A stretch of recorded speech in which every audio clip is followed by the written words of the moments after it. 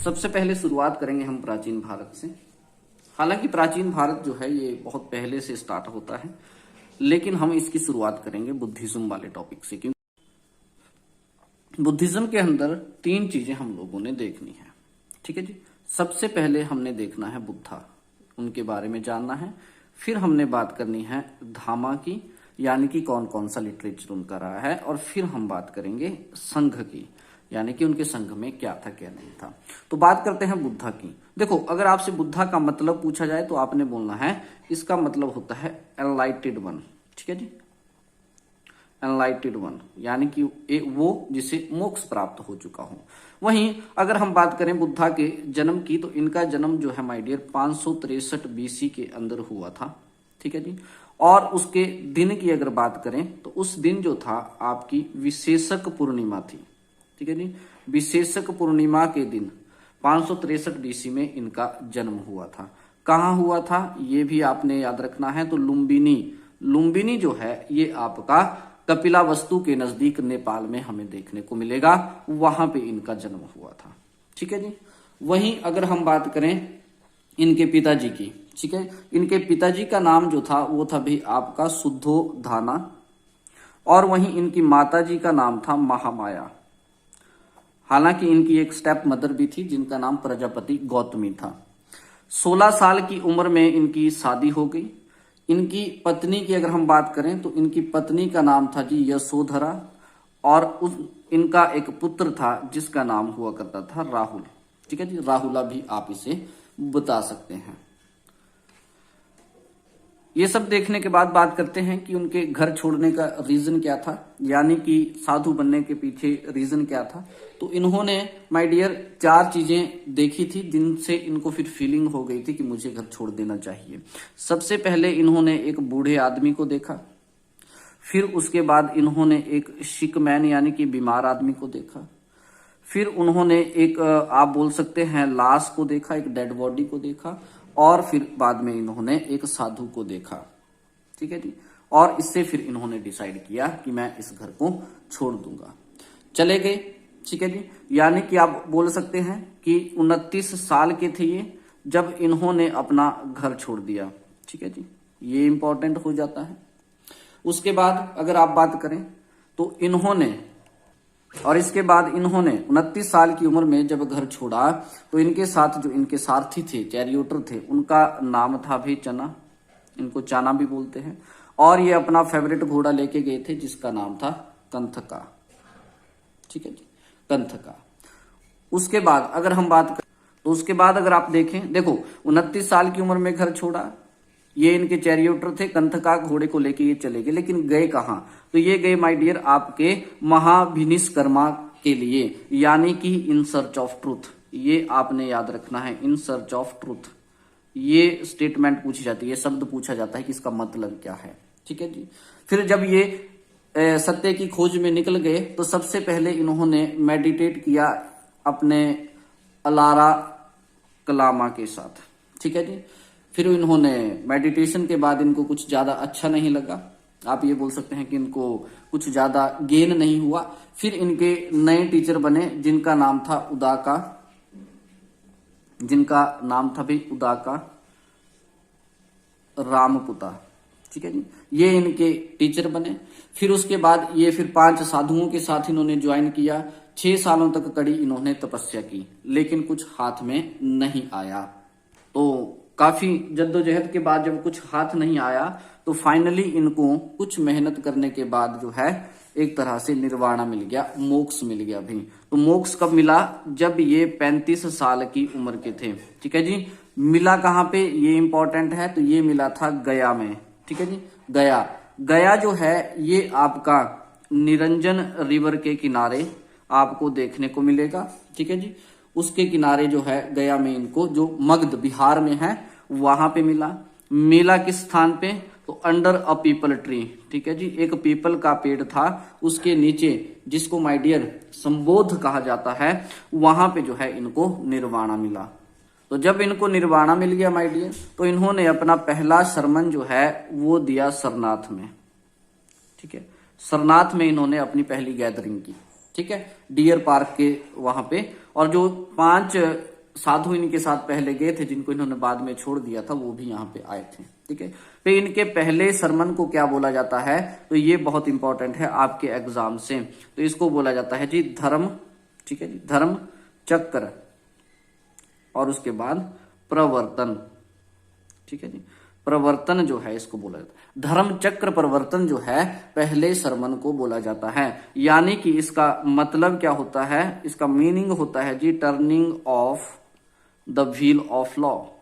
ठीक है जी, the turning of the wheel of law इसे कहा जाता है, तो ये आपने याद रखना है, इंपॉर्टेंट है। और अगर हम बात करें महापरिनिर्वाणा की, यानी कि इनको महापरिनिर्वाणा कब मिला, यानी कि इनकी मृत्यु कब हुई भाई। ठीक है जी, तो इनकी मृत्यु जो होती है जी 483 BC के अंदर होती है।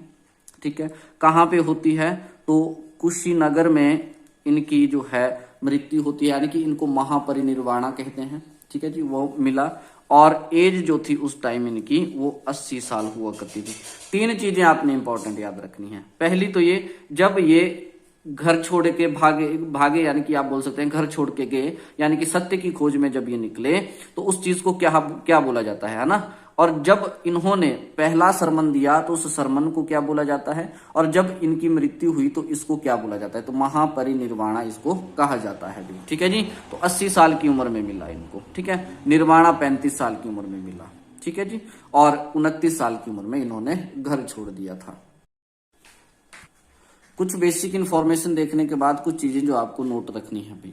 पहली तो बात की इन्होंने लास्ट सरमन जो था वो कहाँ दिया था, तो आपने याद रखना है वैशाली के अंदर इन्होंने जो है लास्ट सरमन अपना दिया था। ठीक है जी, किसको डिलीवर किया था, तो डिलीवर किया था जी आनंद को। ठीक है, ये भी पूछा जाता है। और वह कौन से पर्सन थे जो सबसे बाद में, यानी कि लास्ट पर्सन जिनको मोक्ष मिला, एनलाइटेड वो हुए, तो उनका नाम था जी सुभदा। ठीक है, और उनकी मृत्यु के बाद जब बुद्धा की मृत्यु हुई माय डियर, तो उनके जो रिमेन्स हैं, ठीक है, इन रिमेन्स को डिवाइड किया गया आपके 8 पार्ट्स में। ठीक है जी, इनटू 8 पार्ट्स, और इन्हीं 8 पार्ट्स को अगर आप देखें तो फिर क्या बनाया गया, ऐसे ही आप बोल सकते हैं 8 स्तूपास जो हैं वो बनाए गए। ठीक है जी, 8 stupas were built on them. ठीक है जी, उनके ऊपर 8 स्तूप बनाए, जैसे आप राजगृह, वैशाली, कपिवस्तु, है ना, इस तरह के जो आप देखते हैं भाई। ठीक है जी, तो ये आपने थोड़ी सी चीजें याद रखनी है। ठीक है जी, तो 8 स्तूपा बनाए गए। अब एक बात आपने याद रखनी है कि बोधि ट्री जहां पे इनको निर्वाणा मिला था उसको कट किसने किया था। ठीक है जी, इनको उसको डिस्ट्रॉय किसने करवाया था, तो आपने याद रखना है भाई गौर किंग हुए एक। ठीक है जी, उनका नाम था शशांका। उन्होंने जो है इस बोधि ट्री को जो है डिस्ट्रॉय करवा दिया था 7th सेंचुरी एडी के अंदर बाद में। ठीक है जी, अगर आपसे बुद्धा के कंटेम्परेरी पूछे जाएं, यानी कि उनके समकालीन, उनके काल में कौन कौन थे इंपॉर्टेंट पर्सन, तो भाई आपने याद रखना है उदयना, और उदयना के बाद जो है वो आते हैं आपके जीविका। उदयना जो थे ये आपके वत्सा के किंग थे, ये राजा थे, और जीविका जो थे ये आपके फेमस फिजिशियन थे। ठीक है, ये दोनों जो हैं इनके कॉन्टेम्परेरी रहे हैं। ये था बुद्धा के बारे में। अब हम बात करेंगे द धामा, यानी कि जो दूसरा पिलर है बुद्धिज्म का, जिसे हम धामा बोलते हैं। धामा में सबसे पहले हम देखेंगे 4 ग्रेट ट्रूथ ऑफ बुद्धा, यानी कि बुद्धा के 4 सत्य क्या थे भाई। पहला सत्य उनका ये था, उनका मानना था कि ये जो दुनिया है, the world is full of sorrow. ठीक है जी, ये जो दुनिया है ये पूरी दुख से भरी हुई है भाई। ठीक है जी, और वो बोलते थे कि इस दुख का रीजन क्या है, तो रीजन ये बताते थे, इस दुख का रीजन था भाई आपका डिजायर, जिसे आप तृष्णा बोलते हैं। उन्होंने बोला तो क्या इस तृष्णा को खत्म किया जा सकता था, बिल्कुल किया जा सकता है, अगर आप कंट्रोल करें अपने डिजायर को। ठीक है जी, अगर हम इस तृष्णा को कंट्रोल करें तो इसको खत्म किया जा सकता है। अब इस तृष्णा को कंट्रोल कैसे करें, ठीक है जी, how to control the desire, इसका भी इन्होंने उत्तर दिया। इन्होंने बोला कि अगर आपको इस डिजायर को कंट्रोल करना है तो आपको ये 8 फोल्ड पाथ, यानी कि ये 8 रास्ते अपनाने होंगे। अब ये 8 रास्ते क्या हैं, तो इन्होंने बोला कि आपके पास क्या होना चाहिए, एक राइट, किस चीज का? राइट फेथ आपके पास होना चाहिए, सही फेथ, ठीक है जी। राइट थॉट यानी कि सही थॉट आपके होने चाहिए। उसके बाद सही एक्शन अगर आप लेंगे तो आप डिजायर को जो है वो कंट्रोल कर सकते हैं। फिर उसने बोला अगर आप सही तरीके से जिएंगे तो ये आप कंट्रोल कर सकते हैं। सही एफर्ट लगाओ, ठीक है जी, सही एफर्ट लगाओ, अच्छा बोलो यानी कि सही बोलो, राइट स्पीच माय डियर। और उसके बाद राइट रिमेम्बरेंस, ठीक है जी, राइट रिमेम्बरेंस। और लास्ट था राइट कंसंट्रेशन। उन्होंने बोला कि जब आप ये 8 रास्ते अपना लेंगे तो आप अपने डिजायर जो है उनको कंट्रोल कर सकते हैं। यानी कि धामा में सबसे पहले हम देखेंगे कि 4 ग्रेट ट्रूथ, है ना, ये जो आपके सामने है। 8 फोल्ड पाथ देखने के बाद भाई बुद्धा जो थे ये निर्माणा में जो है बिलीफ करते थे। यानी कि इनके बोलने का मतलब ये था कि जो डिजायर हैं उन डिजायर को हम लोग सीज कर सकते हैं, ठीक है जी। हमारा जो रीबर्थ है, जो हम बार बार जन्म लेते हैं, उसको भी हम सीज कर सकते हैं। यानी कि ये बोलता है कि जब हम अपने डिजायर और इस रीबर्थ को जब सीज कर लेते हैं तब हम लोगों को क्या हो जाता है जी? निर्वाणा अटेन हो जाता है। इनका मानना ये था। दैट इज मतलब फ्रीडम मिल जाती है। ये जो जन्म और मरण की जो साइकिल है इससे जो है हम लोगों को क्या होता है भाई?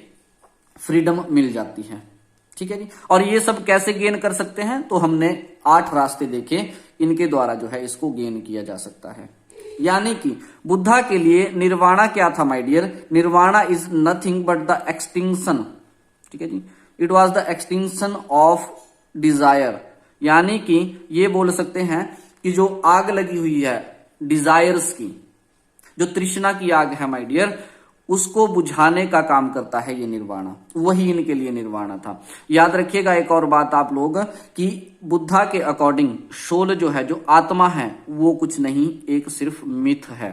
आत्मा जो है एक मिथ है भाई। बुद्धा जो है अहिंसा में भी विश्वास रखते थे, लॉ ऑफ कर्मा में भी वो विश्वास रखते थे, याद रखिएगा। यानी कि वो बोलते थे कि इंसान वही पाएगा, ठीक है जी, जो उसके पास्ट में हुआ है। यानी कि आप बोल सकते हैं the man reaps the fruit of his past deed, ठीक है जी। यानी कि उसके पुराने कर्मों का ही ये फल है, ठीक है जी।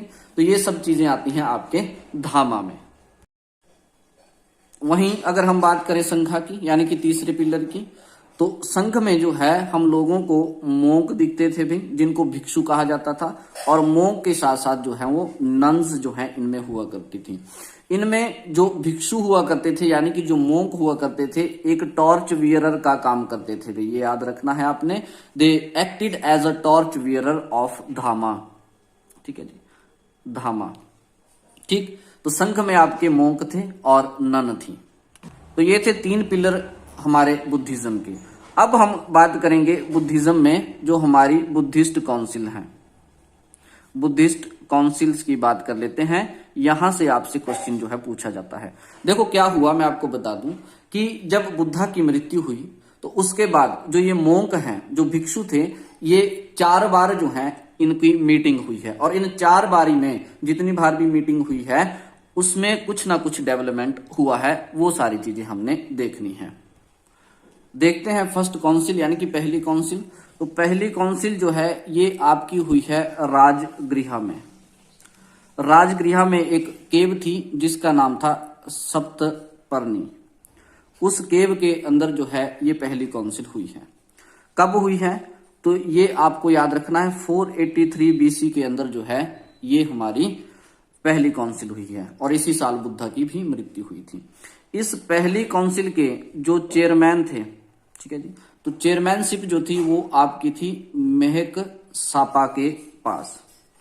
और उस समय जो राजा हुआ करते थे, किंग जो हुआ करते थे, उनका नाम था अजात शत्रु। अजात शत्रु, ठीक है जी। इस काउंसिल में हुआ क्या? इस काउंसिल में याद रखना है आपने कि जो टीचिंग ऑफ बुद्धा थी, जो टीचिंग ऑफ बुद्धा थी, उनको इन्होंने 2 हिस्सों में डिवाइड किया। एक को बनाया विनय पिताका, देखेंगे जब हम लिटरेचर की बात करेंगे, और दूसरा बनाया गया सुत पिता का, ठीक है जी। तो ये था पहली काउंसिल के बारे में। हमारी वैशाली के अंदर हुई है, ठीक है जी। 383 बीसी के अंदर हमें ये देखने को मिली। चेयरमैन उस टाइम थे शबकर्मी और राजा थे कालशोका। इस काउंसिल में जो फॉलोअर होते हैं उनको दो भाग में डिवाइड कर दिया गया था। वहीं अगर हम बात करें तीसरी काउंसिल की, तो ये हमारी हुई है अभी पाटलिपुत्रा में। पाटलिपुत्रा कब हुई है? तो 250 एडी के अंदर जो माफ कीजिएगा 250 बीसी के अंदर जो है ये काउंसिल हुई है। उस टाइम इस काउंसिल में जो चेयरमैन थे उनका नाम था मोगालीपुता। ये भी आपने याद रखना है, इंपॉर्टेंट है। मोगालीपुता तीशा इनका पूरा नाम था, ठीक है। और राजा जो हुए, किंग उस टाइम पे थे अशोका, ठीक है जी। अशोका के टाइम पे तीसरी काउंसिल हुई है। इसमें हुआ क्या, इसमें डेवलपमेंट क्या हुई? तो जो अभिधाम पिताका है, ठीक है जी, अभिधाम पिताका, इस अभिधाम पिताका को कोड किया गया, ठीक है जी, कोडेड इन पाली लैंग्वेज। यानी कि लिटरेचर में आप देखेंगे तो पहले आपको मिलेगा विनय पिताका, फिर सुत पिताका और उसके बाद अभिधाम पिताका। ये तीन आगे देखेंगे हम इनको डिटेल में क्या है क्या नहीं है। तो ये है जी तीसरी काउंसिल। वहीं अगर बात करें हम फोर्थ काउंसिल की, तो ये हमारी हुई है एट कुंडलवन, ठीक है जी, कुंडलवन, यानी कि कश्मीर में ये आपको देखने को मिलेगी। हुई कब है? तो ये 72 एडी के अंदर जो है हुई है। और उस समय जो इस काउंसिल में चेयरमैन थे उनका नाम था वसुमित्रा। ये बहुत इंपॉर्टेंट नाम है, आगे भी याद रखना है आपको। वसुमित्रा, वसुमित्रा की बात करें तो ये चेयरमैन थे। और राजा कौन हुए? तो किंग की अगर बात करें तो राजा उस टाइम पे थे कनिष्क, ठीक है जी। तो इस पर्टिकुलर टाइम में यानी कि जो फोर्थ काउंसिल थी, इसमें क्या डेवलपमेंट हुई? डेवलपमेंट ये हुई माय डियर कि जो बुद्धिज्म है, ठीक है जी, बुद्धिज्म की डिवाइडेशन हो गई। बुद्धिज्म जो है हमारा एक सेक्ट बन गया महायाना सेक्ट और दूसरा सेक्ट बन गया हमारा हिनायना सेक्ट, ठीक है जी। इन दोनों में, इस महायाना सेक्ट में क्या हुआ? आइडल वर्शिप चल पड़ी, ठीक है जी, आइडल वर्शिप। अगर आपसे पूछे तो इस पर्टिकुलर टाइम के जो है आपकी आइडल वर्शिप, बुद्धा की जो मूर्तियां हैं वो बनाई जाने लगी और उनको पूजा जाने लगा, ठीक है जी। और ये जो महायाना बुद्धिज्म है ये आपका पॉपुलर हुआ है फिर आजकल अगर देखें तो चाइना, जापान, कोरिया, ठीक है जी, इन एरियाज में जो है ये काफी पॉपुलर रहा। महायाना के बारे में एक और बात आपने याद रखनी है कि इनका जो आइडिया था वो नागा अर्जुन के द्वारा दिया गया है, ठीक है जी। बुद्धिज्म के अंदर बुद्धा, धामा और संघा को देखने के बाद अब हम बात करेंगे बुद्धिस्ट लिटरेचर की। पहली बात जो आपको याद रखना है, ये जो बुद्धिस्ट लिटरेचर है ये आपका पाली लैंग्वेज में है, ठीक है जी, इसको पाली लैंग्वेज में कंपाइल किया गया है, ठीक। और इस बुद्धिस्ट लिटरेचर को त्रिपिताका के नाम से भी जानते हैं, ठीक है जी, त्रिपिताकास, यानी कि इसका मतलब होता है थ्री फोल्ड बास्केट। इस त्रिपिताका में तीन चीजें आती हैं भाई। एक तो होती है हमारी विनय पिताका, जिसके बारे में हमने पहले भी देखा था, ठीक है जी। दूसरा लिटरेचर है इनका सुत पिताका, ठीक। और तीसरा जो लिटरेरी सोर्स है वो है जी हमारा अभिधाम पिताका, अभिधाम पिताका, ठीक।